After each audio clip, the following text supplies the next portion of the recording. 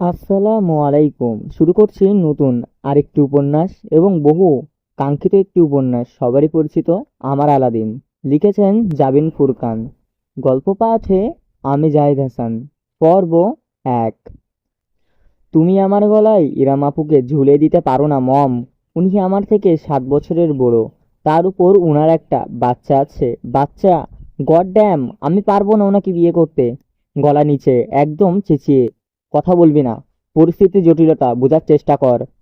কিছু বুঝতে চাচ্ছি না আমি, কিচ্ছু না। ফর গড সেক, এটা আমার জীবন, সরকারি খেলার মাঠ না। তুমি একজন প্রাপ্তবয়স্ক ছেলের সাথে এভাবে জবরদস্তি করতে পারবে না। আর আমি কোনোদিন এনাম আপুকে বিয়ে করব না, কোনোদিন না। আমার কথাটা একবার, না না না এবং না। No, never never ever in my life I will marry a senior উইংম্যান। বন্ধ দরজার ওপাশ থেকে ভেসে আসছে চিৎকার করা কথাগুলো। কোনো রাগঢাক নেই, সবটাই দিনের আলোর মতন পরিষ্কার প্রকাশ্য। ডাইনিং টেবিলের পাশে চেয়ারে নিশ্চুপ বসে আছে ইরাম। সামনে দুটো স্যান্ডউইচ এবং কফি রাখা। খাবার আর গলা দিয়ে নামবে না তার। এবার কিছুটা ভাঙচুরের শব্দ আসছে। বাড়ির আদরের দুলাল হয়তো নিজের রাগ জড়বস্তুর ওপর মেটাচ্ছে। অস্বাভাবিক নয়, ভীষণ স্বাভাবিক প্রতিক্রিয়া। তার জায়গায় ইরাম থাকলেও হয়তো এমনটাই করতো। সে বলতে পারে, তুই শুনবি না তোর মায়ের কথা? আমি জীবনে কোনোদিন তোর কাছে কিচ্ছু চাইনি। তুই আমার একটা ইচ্ছে পূরণ করতে পারবি না? ইচ্ছাটারও একটা লিমিট থাকে মম। এবার শব্দগুলো এত জোরে হচ্ছে যে স্পষ্ট শোনা যাচ্ছে। ইরাম চেয়ারের আর স্থির হয়ে বসতে পারল না। হুট করেই উঠে গেল। লিভিং রুমের সোফায় নরম গদিতে একটা তোয়ালে বিছিয়ে ছোট্ট নিষ্পাপ প্রাণটিকে শুয়ে রেখেছে সে। বেগুনি রঙের কাঁথায় মোড়ানো তুচ্ছ প্রাণীর এক অস্তিত্ব। মোমের মতন নরম শরীর, গোলাপি রঙের মুখ, চোখ দুটো বন্ধ। যখন খোলা থাকে তখন তাতে এক আকাশ সমান মায়া খেলা করে। ইরাম চুপটি করে নিজের অংশ নিজের সন্তানের কাছে বসলো। আলতোভাবে দুহাতের দুটো আঙ্গুল নগণ্য শরীরটির দুকানে ঠেকালো, যেন ঘুমন্ত অবস্থায় কিচ্ছুটি শুনতে না পায়। সে জননীর জীবনের নরম, সে তার প্রাপ্য নয়। 3 মাস আগে মা, নারী শব্দের অলংকার। একজন নারীর জীবনের শ্রেষ্ঠ অর্জন, অগমন পরিপূর্ণতা। এতদিন এই শব্দটা শুধু পড়া হয়েছে, ঢাকা হয়েছে, তবে কোনোদিন অনুভব করা হয়নি। আজ মাতৃত্বের প্রবল জোয়ারে ভেসে গিয়েছে ইরামের হৃদয়ঙ্গম। দুপুরের দিকে ডেলিভারি হয়েছে তার। এখন সন্ধ্যাবেলা। হাসপাতালের কেবিনের শীতল বাতাস আরামদায়ক চাদরের মুড়িয়ে রেখেছে তাকে। মাত্রই দীর্ঘ এক ঘুম পেরিয়ে জেগে উঠেছে সে। বর্তমানে একদৃষ্টে চেয়ে আছে বিছানার ঠিক পাশেই লাগোয়া বেসিনের রাখা নবজাতকের দিকে। চেয়েই আছে, চোখ ফেরাতেই পারছে না। যতবার দেখছে ততবার তার বুকটা আবেগের স্রোতে পূর্ণ হচ্ছে। একটা সময় নিজেকে আর রুখতে পারল না ইরাম। দুহাত ভরে দিয়েই উঠে দাঁড়িয়ে ধীরে ধীরে বেসিনটির কাছে গেল। আশেপাশে কোনো নার্স নেই। ব্যাপারটা অদ্ভুত লাগলেও তেমন কিছু ভাবল না আপাতত। তার সকল চিন্তা জুড়ে রয়েছে ভূপৃষ্ঠ হওয়া সন্তান। বেসিনটির ভেতর থেকে ছোট্ট ছোট্ট হাত পা নাড়াচড়া নবজাতক, সাদা নরম তোয়ালেতে মোড়ানো লাজুক শরীরখানা, তার টকটকে লাল দুটো কান এবং নাক, চোখের পাতা আধখোলা, ত্বকের বর্ণটা লালচে। যেন দারুণ সুখে কিছু একটা নেচে উঠল ইরামের মাঝে। কাঁপা কাঁপা দুহাত বাড়িয়ে অতি সাবধানে সে নবজাতককে তুলে নিল নিজের বুকে। তার ত্বকের উষ্ণতা পেতেই বিড়ালটির মতন মৃদু একটা শব্দ করে শিশুটি গুটিসুটি দিয়ে রইল। তীব্র আবেগের অশ্রু জমল ইরামের চোখ জোড়ায়। সন্তানকে বুকে চেপে ধরে সে কম্পিত গলায় ফিসফিস করে বলে উঠল, আমার সোনা বাচ্চাটা, আমার মানিক, আমার কুচুক। আম্মু, তোমার আশায় কতকাল অপেক্ষায় প্রহর গুনেছে, অবশেষে আসার সময় হলো তোমার। দুহাতে আলতো শরীরটা তুলে ধরে তার কপালে চুমু এঁকে দিল ইরাম। তার চোখে বেয়ে এলো এক ফোঁটা অশ্রু গড়িয়ে পড়ল নবজাতকের গাল বরাবর। তাতে নিজের ছোট্ট হাতটা তুলে অস্বাভাবিক নাড়াচাড়া করতে শুরু করলো শিশুটি। না পারতেই মৃদু হাসল ইরাম। আমার দুষ্টু পাখিটা, আর কি নামে ডাকি তোমায় বলো? একদম নিজের মুখের কাছে তুলে নবজাতকের কানে ঠোঁটে ঠোঁট লাগিয়ে ফিসফিস করেই বলল, ইজান, আমার ইজান সোনা, আম্মুর লক্ষ্মী ছেলেটা। আহ! ইরাম হঠাৎ করেই নিজের জায়গায় জমে গেল। গোঙানির শব্দ ভেসে আসছে কেবিনের ভেতর। এতক্ষণ যাবৎ হয়তো শোনা যায়নি, কিংবা ছেলেকে নিয়ে ব্যস্ত থাকার দরুন ইরাম মনোযোগ দেয়নি। গোঙানির শব্দটা একবার তীব্র হয়েছে। ব্যথাতুর কোনো ধ্বনি এটি নয়, বরং অন্তরঙ্গ, অশ্লীল ধরনের মেইলি গলার সচিৎকার। হাসপাতালের কেবিনের ভেতর প্রথমটায় নিজের বিশ্বাস হলো না ইরামের। দুপুরে ডেলিভারি হলো, নর্মাল ডেলিভারি। শরীরের ধকলের কারণের হয়তো কল্পনায় করছে। আহ! নবজাতকের ইজানকে পুনরায় বেসিনটিকে নামিয়ে রাখতে দিয়ে দ্বিতীয় দফায় থমকালো ইরাম। কান খাড়া করে রইল তার। না, এবার কোনো ভুল নয়। সত্যিই এমন সুখের আহাজারি ভেসে আসছে তার কানে, কিন্তু ঠিক কেবিনের ভেতর থেকে নয়। শব্দের উচ্ছ্বাসটা কান পেতে খেয়াল করতে ইরাম বুঝতে পারল কেবিনের সঙ্গে লাগোয়া বারান্দা থেকে এসবের ধ্বনির উৎপত্তি। রাগের সীমাহীন ছাড়িয়ে গেল তার। কারণ এত বড় দুঃসাহস যে একজন পেশেন্টের কেবিনের ভেতর এমন অশ্লীল কর্মকাণ্ড করতে পারে। ছেলেকে বুকে চেপে রেখেই ধীর পায়ে এগিয়ে গেল ইমাম। সাবধানী ভঙ্গিতেই কেবিন থেকে বারান্দার দরজাটা চাপালো। ঠিক লাগেনি তখন। গোঙানির শব্দ আরো পরিষ্কারভাবে কানে আসছে এবার। সঙ্গে ভারী নিঃশ্বাস প্রশ্বাসের আওয়াজ। একদম ক্লিয়ার এসে থামলো ইমরান। ঠাস করে দরজা খুলে ঢুকে যেতে কেমন যেন সংকোচ হচ্ছে তার। যদিও মূল সংকোচ বারান্দায় উপভোগী ব্যস্ত থাকা যুগলের করা উচিত। যে কোনো জায়গায় শুরু হয়ে যায় এরা। কোনো ওয়ার্ড বয় আর নার্সকে একসাথে দেখলে একটুও অবাক হবে না ইরাম। বুকে তার নিজের বাচ্চা, তাই এক মুহূর্তে দ্বিধা করলেও হৃদয়ে প্রবল এক সন্দেহ থেকে দরজাটা নিঃশব্দে হালকা ঠেসে দিয়ে ভেতরে উকি দিল সে। সন্ধ্যা হয়ে গিয়েছে। বারান্দায় রেলিংয়ের বদলে থাই গ্লাস বাঁধানো, তাই প্রথমটাই কিছু নজরে এলো না ইরামের। চোখ পিটপিট করে ভালোমতো তাকাতেই তার হৃদস্পন্দন ক্ষণেকের জন্য থমকে গেল। দৃষ্টি প্রসারিত হলো, রইল ফুটবলের মতন। বারান্দায় দেয়ালের সঙ্গে লেপ্টে দাঁড়িয়ে আছে ইরামের কেবিন নার্স।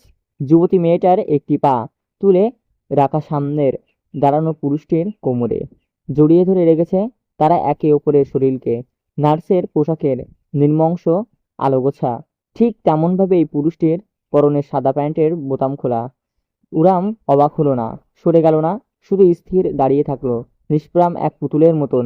তার বুকে কুই কুই করে উঠল ইজান, অথচ নব্য যতনেই সেই শব্দটুকু শুনতে পেল না। তার দুই নয়ন আবদ্ধ হলো এক যুগলের অভিসার পানে। যেখানে থাকা পুরুষটি তার স্বামী, তার সন্তানের জন্মদাতা পিতা অরণ্য মির্জা সওদাগর। ইরাম যে জায়গায় এসে দাঁড়িয়েছে সেই অরণ্য টের পেয়েছে। লোকটি তার গায়ের গন্ধ অবধি কিভাবে যেন শুকে ফেলে। নার্সের ঘাড়ে মুখ গুজে মাথা রাখাটাই যে সামান্য একটু তুলল। একজোড়া শকুনের দৃষ্টি মিলিত হলো ইরামের সঙ্গে। অরণ্য অসম্ভব সুদর্শন, মুখমণ্ডল জুড়ে ঘামের ফোঁটা ফোঁটা চিকচিক করে মুক্তার দানার মতন উজ্জ্বল ফর্সা ত্বকে অবিসারেই তপ্ততায় ফুটে উঠেছে লালচে বর্ণ।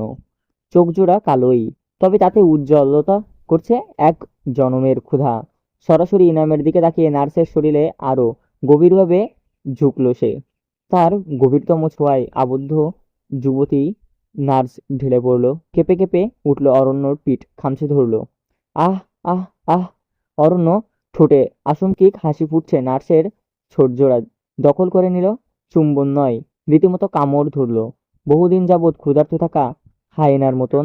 আর দেখতে পারল না ইমরান। তড়িঘড়ি করে সে বারান্দা ছেড়ে কেবিনের ভেতরে চলে এলো। কোনো মতে হাতের কাঁপুনি ঠেকিয়ে ছোট্ট ইরামকে পুনরায় বেসনিতে রেখে দিল।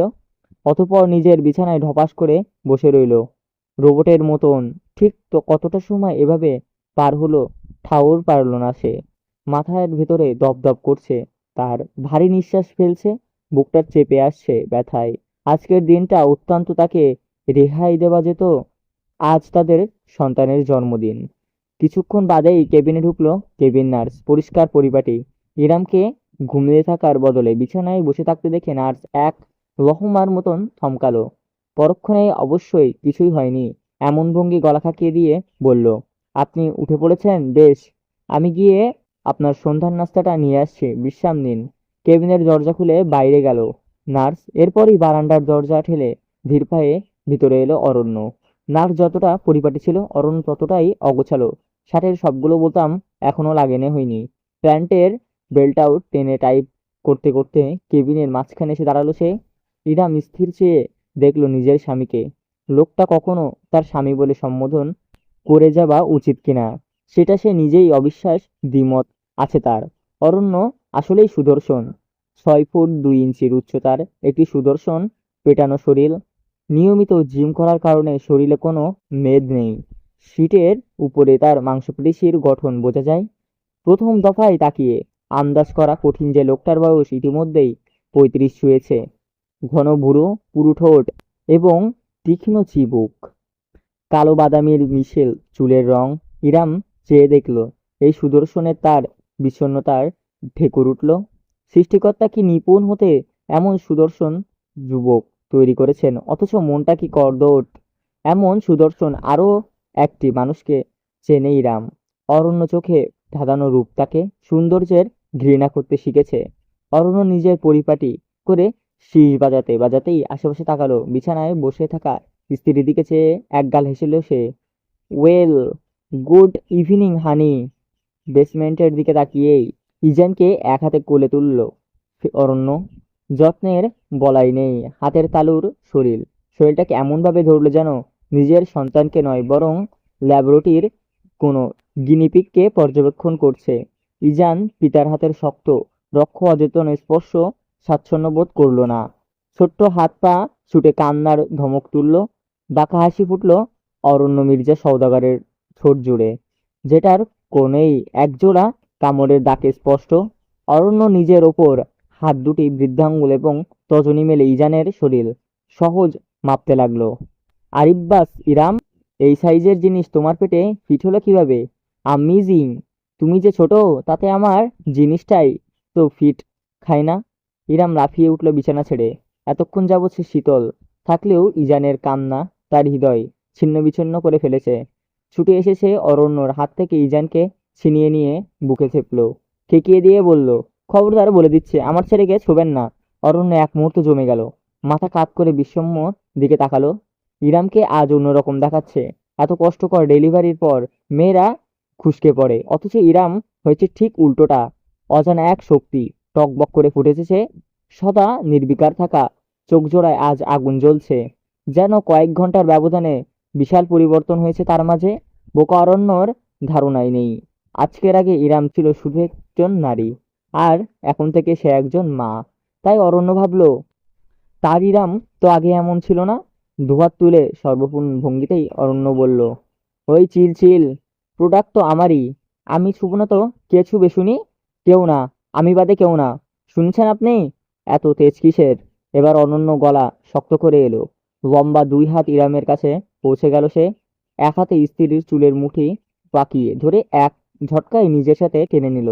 ব্যথায় দাঁতে দাঁত চেপে ফেললো ইরাম, তবুও একটু টু শব্দ করলো না। নিজের ছেলেকে বুকে আগলে রাখলো, ঠিক যেমন সিংহ পাহারা দেয় নিজের শাবককে। অরণ্য ভুরুকুচকে গম্ভীর কণ্ঠেই বলল, একটু বেশি প্রিয়রিটি দিয়ে ফেলেছি মনে হচ্ছে। কি ভেবে নিয়েছিস তোকে ছাড়া আমি চলবে না? একটা বাচ্চা পয়দা করে দিয়েছিস, সো হট। যদি আমি চাইতাম আমার আন্ডারের বাচ্চাদের এমন ফুটবল টিম থাকতো, বুঝছিস? তোকে একটু বেশি ভালোবাসি বলে সেটার এভাবে সুযোগ নিবি তুই? বারবার ইরাম, আমি আপনার বউ না। আজ ইরামের মাঝে ভয়ের লেশমাত্র নেই। স্তব্ধ হয়ে তাকে ছেড়ে দিয়ে এক পা দূরে সরে দাঁড়ালো অরণ্য। কোমরের দুহাত রেখে কিছুক্ষণ নিশ্চুপ চেয়ে রইল। পর মুহূর্তেই আচমকা খিলখিল করে হেসে উঠল। আর ইউ সিরিয়াস রাইট নাই হানি?